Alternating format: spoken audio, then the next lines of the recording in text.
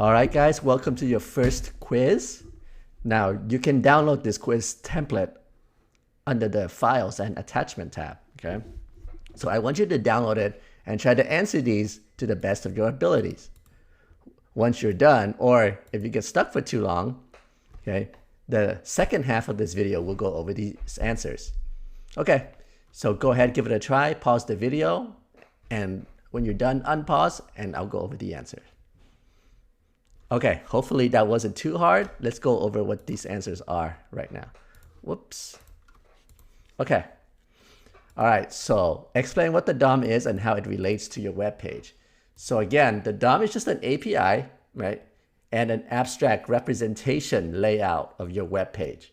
Okay, so basically the DOM will tell the computer, hey, this web page has this DOM. So it's gonna have like one header, 5 divs, the background should be this color. When the user clicks this button, run this function, right? So all of those are in the DOM.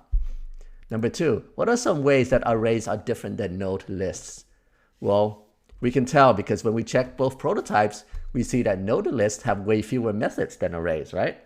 For example, they have the for each method, but not map or filter, right? They also have things like .entries and .keys, where arrays do not have that.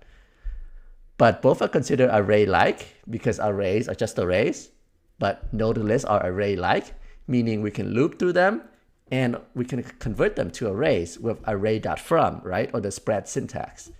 Number 3, how is your browser engine and the window object related? Well, like we said before, the browser engine creates an environment, or AKA runtime, and I compare this to the runtime being the universe, right? And in the universe, there's a bunch of tabs or planets, and each tab is a window object, right? And that window object holds your DOM or your document. And you can actually see the whole document by typing document or window.document, okay? So once again, all APIs are attached to the window object. Number 4, what does it mean when an element is a child of another element? What about parent? Well, a parent element, if there are nested elements inside, those nested elements are called children. And the one that is holding them all inside is called parent, right? And these children elements can be seen by selecting the parent element first, and then you can do .children. Number 5, where can we use CSS compound selectors in JavaScript?